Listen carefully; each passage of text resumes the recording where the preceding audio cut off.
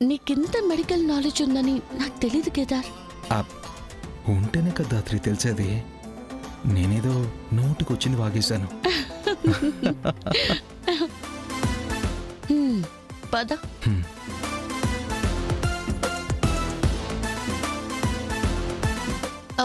Doctor Kranti, త్వరగా పని పూర్తి చేయండి. మనం ఇక్కడ ఎక్కువసేపు ఉండడం అంత మంచిది కాదు. మనం చేస్తుంది తప్పేమో అనిపిస్తోంది డాక్టర్ మిత్ర. పాపం అబ్బాయిని చూస్తుంటే చాలా చిన్న వయసులో ఉంది. జాలి పడ్డానికి ఇది కరెక్ట్ టైం కాదు డాక్టర్ క్రాంతి. మనకి డబ్బులు కావాలంటే వాళ్ళు చెప్పిన పని మనం చేసేయాలి కదా. ఎవరు వీళ్ళు? నన్ను చూసి ఎందుకు జాలి పడుతున్నారు? అసలేం చెప్పరేంటి? ఎవరేం చెప్పి పంపించారు? మనం ఇలా అతని ముందే అన్నీ మాట్లాడేస్తున్నాం. అతను విని గొడవ చేస్తే? ఇతనికి ఆల్రెడీ మత్తు ఇంజెక్షన్ ఇచ్చారు డాక్టర్ మిత్ర. సో ఇప్పుడు అప్పుడే లేవుడు. నేను మెలకుగానే ఉన్నారా? మీ ప్లాన్ తెలుసుకుని అప్పుడు చెప్తాం మీ పని. అయినా ఇతను ఒక క్రిమినల్ డాక్టర్ క్రాంతి. సో మీరు మరీ అంతగా బాధపడాల్సిన అవసరం లేదు. ఎంత క్రిమినల్ అయినా ఈ పని చేయాలంటే ఎందుకో బాధగా ఉంది డాక్టర్ మిత్ర. పని చేయడానికి మనకి డబ్బులు ఇచ్చారు కదా డాక్టర్ క్రాంతి. అయ్యో, ఆ పనేంటో చెప్పకుండా ఎందుకు అదే తిప్పి తిప్పి మాట్లాడుతున్నారు? ఓ నో డాక్టర్ క్రాంతి, ఇతను మెలకుగానే ఉన్నాడు. ఇప్పుడు మన ప్లాన్ గురించి తను బయట అందరికి చెప్పేస్తే? మీరు నాకేం చెప్పారు నేను వెళ్ళి చెప్పడానికి? మర్యాదగా చెప్పండి. హాస్పిటల్కి వచ్చిన పేషెంట్స్వి కిడ్నీలు అమ్ముకునే బ్యాచ్ కదా మీరు? చిచి, మేము అలాంటి పని చేయము. అమ్మయ్యా, పోన్లే బ్రతికించారు. జస్ట్ చంపేస్తాం, అంతే అంతే అంతే. అయ్యో డాక్టర్ క్రాంతి, ఇప్పుడు ఈ ఇంజెక్షన్ ఇచ్చి ఇతన్ని చంపబోతున్నామని ఇతనికి ఎందుకు చెప్పారు? ఇతను ఇప్పుడు వెళ్ళి ఎవరికైనా చెప్తే? కాసేపట్లో చావబోయే వీడు ఎవరికి చెప్తారు డాక్టర్ మిత్ర? ఏంటి, నన్ను చంపేపోతున్నారా? ఎందుకు? వై? క్యూ? నేనేం తప్పు చేశాను? ఏమో, అదంతా మాకు తెలీదు. డబ్బిచ్చి పని చేయమన్నారు, మేము చేస్తున్నాం అంతే. నేను బ్రతకడానికి అడిగితేనే ఎవరు ఒక్క రూపాయి కూడా ఇవ్వరు. అలాంటిది నన్ను చంపమని డబ్బులు ఇచ్చారా? ఎవరు? వైజయంతి అనే ఆవిడిచ్చారు. ఆవిడకి నీతో పని అయిపోయిందంట. నువ్వెక్కడ అందరికీ నిజం చెప్పేస్తావో అని భయపడి నిన్ను చంపేయమని చెప్పారు. అంటే ఇప్పుడు నా పెళ్లి క్యాన్సిల్ అయిపోయినట్టేనా?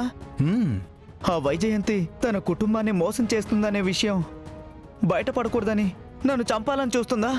అవును, నువ్వు కొంచెం మాకు కోఆపరేట్ చేస్తే నిన్ను చంపేసి మేము వెళ్ళిపోతాం. వైజయంతి అత్త, ముందు నీ పని చెప్తానే. చేస్తా. దానికంటే ముందు నాకు ఒక చిన్న హెల్ప్ కావాలి. ఏంటి? చేస్తారా? చెప్పు. నన్ను ఆ చైర్లో కూర్చోపెట్టండి ప్లీజ్.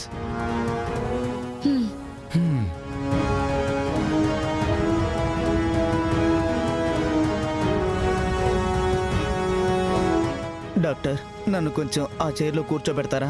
Oh sure. అమ్మా, అమ్మ నొప్పే.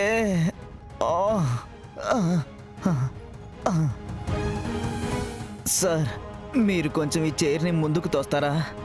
చనిపోయే ముందు ఒక చిన్న ట్రిప్కు వెళ్ళేసి వస్తాను.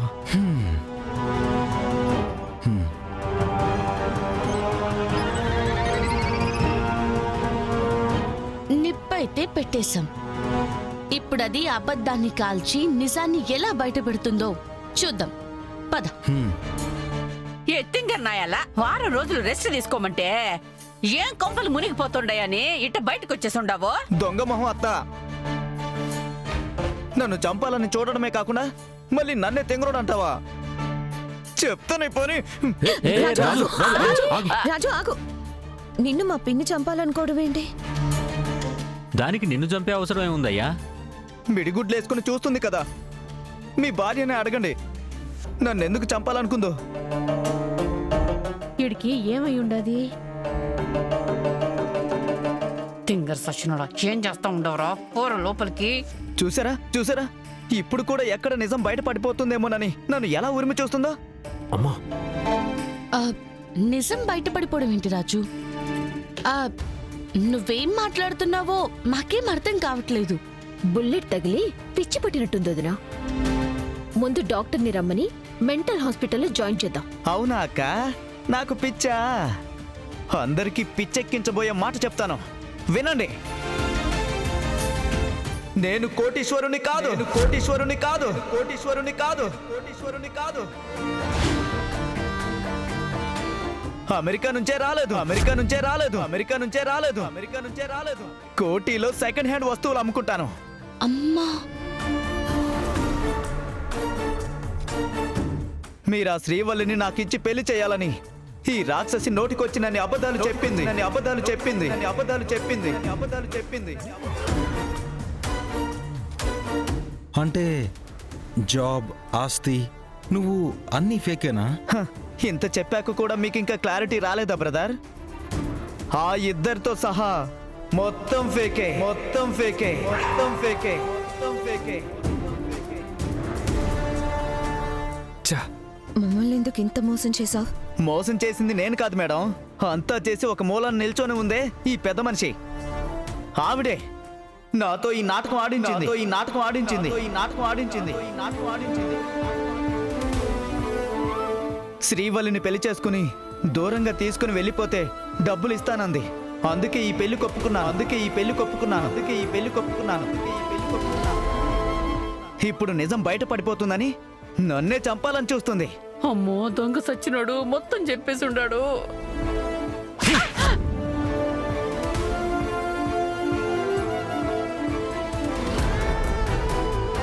ఎందుకు చేసావే ఈ పని?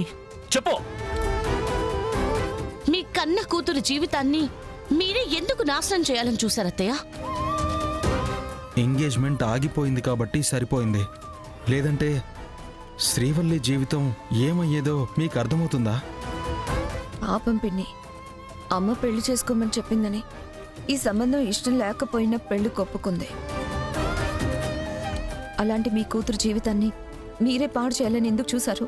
ఇదిగో మీరిట్టా పూటకోసారి ఆ అమ్మే నా కూతురు అంటా ఉంటే ఇని తట్టుకోలేకే ఇట్లాంటి పని చేసుండా. ఆ అమ్మి మన ఇంట్లో ఉంటే మనకే పరువు నష్టం అని పెళ్లి చేసి ఇంట్లో నుంచి పంపించేద్దాం అనుకున్నా. మీ ఉద్దేశం మంచిదే అయితే ఒక మంచి సంబంధం తీసుకొచ్చి పెళ్లి చేయొచ్చు కదా అత్తయ్య గారు. ఆ తల్లి తండ్రి లేకుండా పర ఇంట్లో ఉంటున్న అమ్మికి మంచి సంబంధం ఎట్టా వస్తుందమ్మి?